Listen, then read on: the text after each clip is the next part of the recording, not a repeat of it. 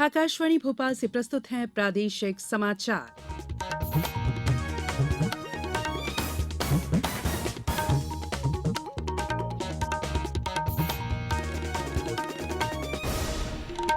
नमस्कार, समाचारों के साथ मैं संयुक्ता बैनर्जी। सबसे पहले बुलेटिन के मुख्य समाचार।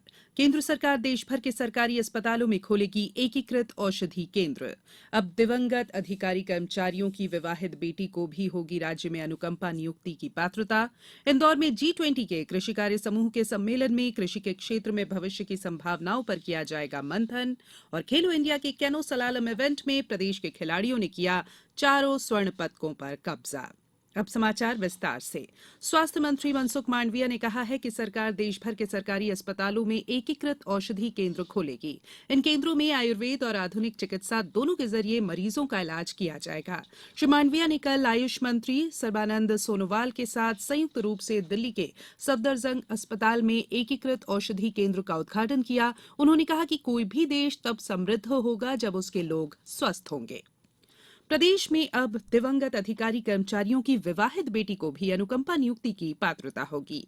राज्य मंत्रिपरिषद की कल हुई बैठक में यह निर्णय लिया गया। वहीं सरकार ने बैगा, भारिया और सहरिया आदि जनजातियों के लिए सीएम दुधारू गाय प्रदाय योजना शुरू करने के प्रस्ताव को भी मंजूरी दी। चिकित्सा शिक्षा मंत्री विश्वास सारंग ने मंत्रिपरिषद द्वारा लिए गए निर्णयों की जानकारी देते हुए बताया कि अब तक मध्यप्रदेश में कर्मचारियों की मृत्यु होने पर अनुकंपा नियुक्ति में केवल बेटों को ही पात्रता होती थी। विवाहित बेटी को अनुकंपा नियुक्ति दिए जाने का कोई प्रावधान नहीं था। कैबिनेट ने दिवंगत कर्मचारियों की बेटी को भी अनुकंपा दिए जाने को हरी झंडी दी गई है।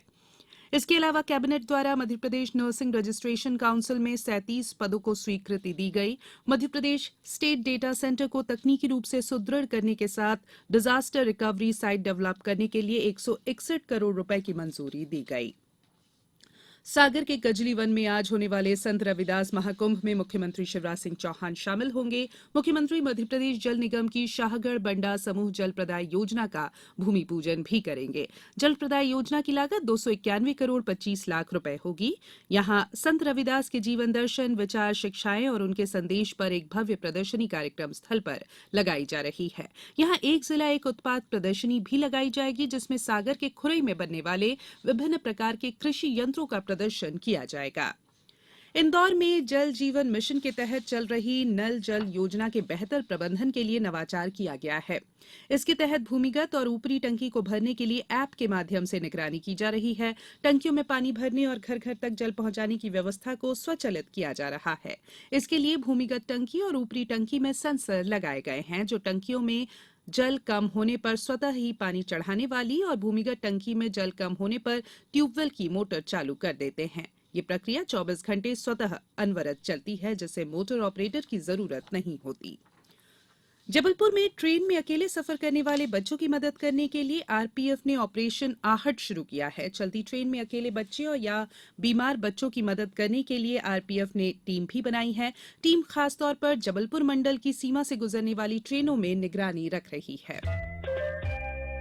ये समाचार आप आकाशवाणी भोपाल से सुन रहे हैं। हमारे समाचारों को अब आप कभी भी और कहीं भी अपनी सुविधा के अनुसार सुन सकते हैं। ये समाचार बुलेटिन यूट्यूब, ट्विटर और फेसबुक पर AIR न्यूज भोपाल पेज पर सुने जा सकते हैं। इसके अलावा आप हमारी वेबसाइट newsonair.com पर या AIR न्यूज ऐप पर भी समाचार सुन सकते हैं।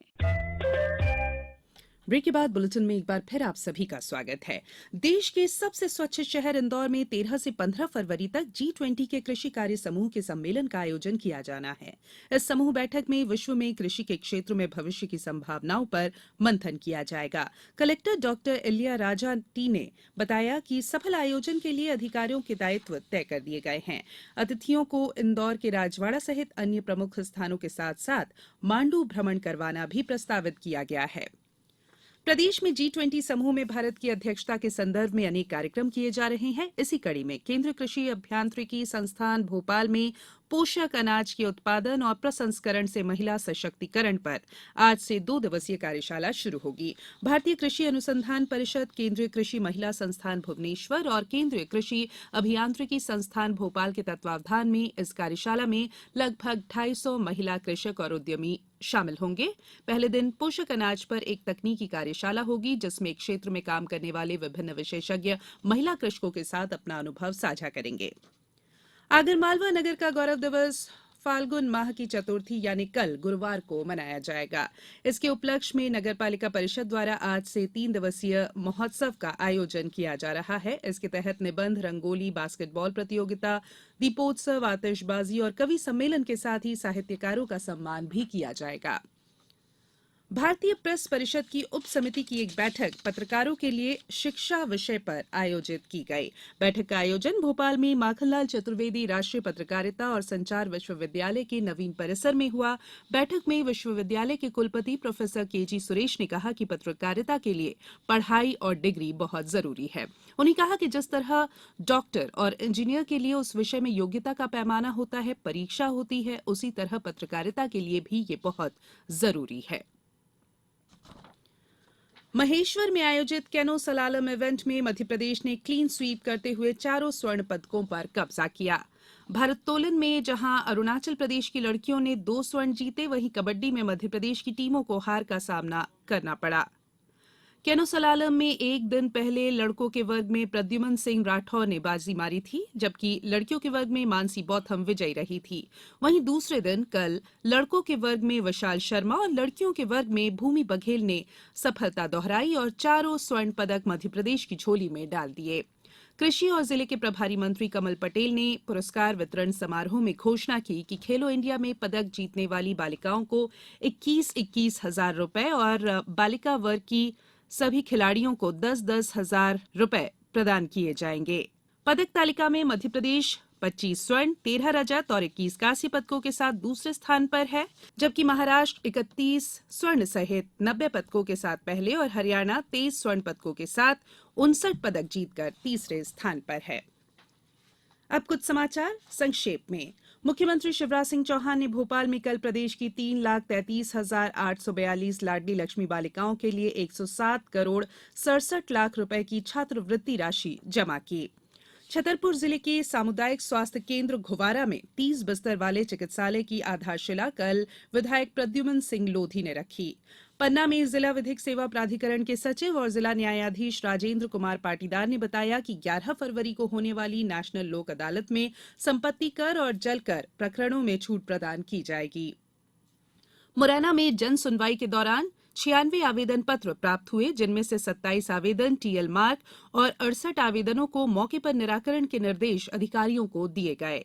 निवाड़ी जिले में विकास यात्रा के दौरान ग्राम पंचायत जैरा खास में 1 करोड़ 81 लाख रुपए और रमपुरा भेलसी में 47 लाख रुपए की लागत से 13 विकास कार्यों का लोकार्पण किया गया। बड़वानी जिले में आज 7 नगरीय निकाय में पार्षदों का प्रथम सम्मेलन होगा।